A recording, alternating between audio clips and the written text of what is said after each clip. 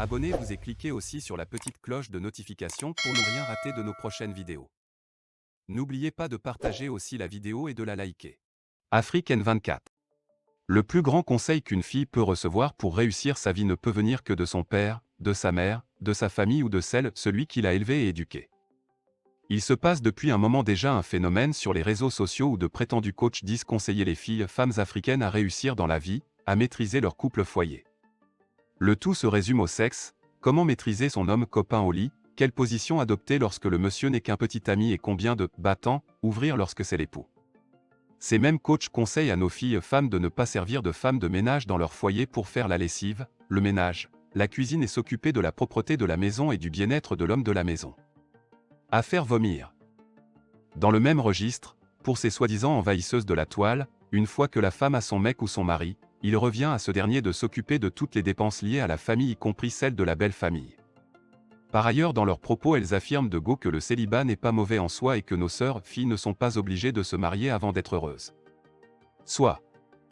Voilà résumé l'essentiel des speeches qu'elles vocifèrent à longueur de journée poussant de ce fait de naïves jeunes filles vers la débauche, la prostitution, le célibat. Que de la dépravation des mœurs.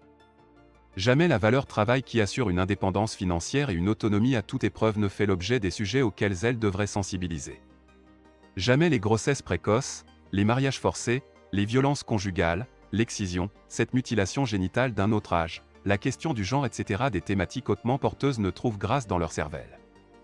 Tout ce qu'elles radotent se concentre sur la vie au lit, l'irrespect du mari qui devrait être une BCEAO pour la femme. Chères jeunes filles, l'école et la valeur travail constituent l'essence d'une vie. Le mariage est une bénédiction et crée l'harmonie entre hommes et femmes même si c'est un chemin pavé d'épines. Il est une valeur intrinsèque sur laquelle se bâtit toute société. Nos arrière-grands-parents, nos grands-parents, nos parents se sont toujours mariés et se sont occupés de leur foyer. Principalement en Afrique, lorsque dans une communauté on a un homme ou une femme en âge de se marier qui ne le fait pas, cela devient un problème pour toute la famille qui se réunit pour lui trouver un conjoint. Cela est une dignité et montre la capacité de l'homme à assumer ses responsabilités et à la femme à devenir un relais pour la postérité à travers la procréation. L'homme a toujours été le chef de famille, nos sociétés l'ont consacré ainsi que la Bible et toutes les autres obédiences religieuses. La femme également a toujours apporté sa contribution dans le foyer à travers ses activités génératrices de revenus notamment le commerce ou les travaux champêtres. Sur ce dernier point, soit les maris fournissent des lopins de terre qu'elles cultivent soit elles apportent leur aide aux maris dans la culture des champs et elles en étaient fières.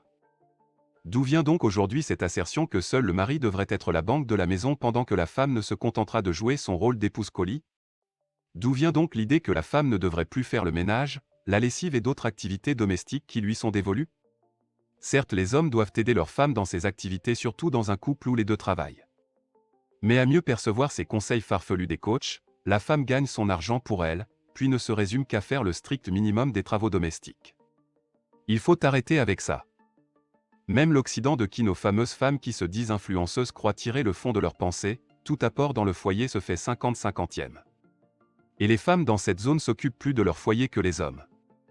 La tendance à faire vivre à nos sœurs et filles les errements des téléréalités est à combattre avec toutes nos énergies car elles dénaturent les fondements d'une société stable, dynamique, respectueuse des valeurs. La prétendue star de cette dépravation qui ne dit pas son nom est l'ivoirienne Amon Chic Caviar qui était passée entre-temps à Lomé pour donner ses conseils à 2 balles à raison de 50 000 francs CFA l'entrée. Et nos sœurs se sont empressées d'aller écouter des bêtises car pas moins de 90% des conseils qu'elles procurent sont des conneries qui ne peuvent que pervertir la gente féminine. Il faut inculquer dès lors à nos sœurs la valeur travail, la valeur dignité, la valeur respect du foyer, la valeur respect de la société et s'insurger contre le phénomène, busy, qui consiste à faire gagner sa vie à la jeune fille par l'ouverture de ses cuisses, à la faire devenir célibataire, à la rendre dépendante. Non, ce mode de vie n'est pas nôtre, pas celui que nos parents nous ont inculqué en Afrique. La résultante de celles qui suivent ces âneries est qu'elles remplissent plus tard les églises à la recherche du bien et d'un mari faisant ainsi le bonheur des prédateurs sexuels et des pasteurs véreux. Tandis que ces facebookeuses gagnent leur vie à travers elles en faisant payer leur coaching ridicule. La plupart d'entre ces coachs n'a même pas de foyer ou ne dira jamais publiquement comment elle fait pour stabiliser son couple. Ces soi-disant influenceuses sont les plus soumises à leurs maris ou à leurs petits amis. Que la bêtise s'arrête. J'ai encore dit. Bonne semaine à tous et à chacun. Anani Sossou. Likez la vidéo si ce n'est pas déjà fait. Laissez aussi votre point de vue en commentaire.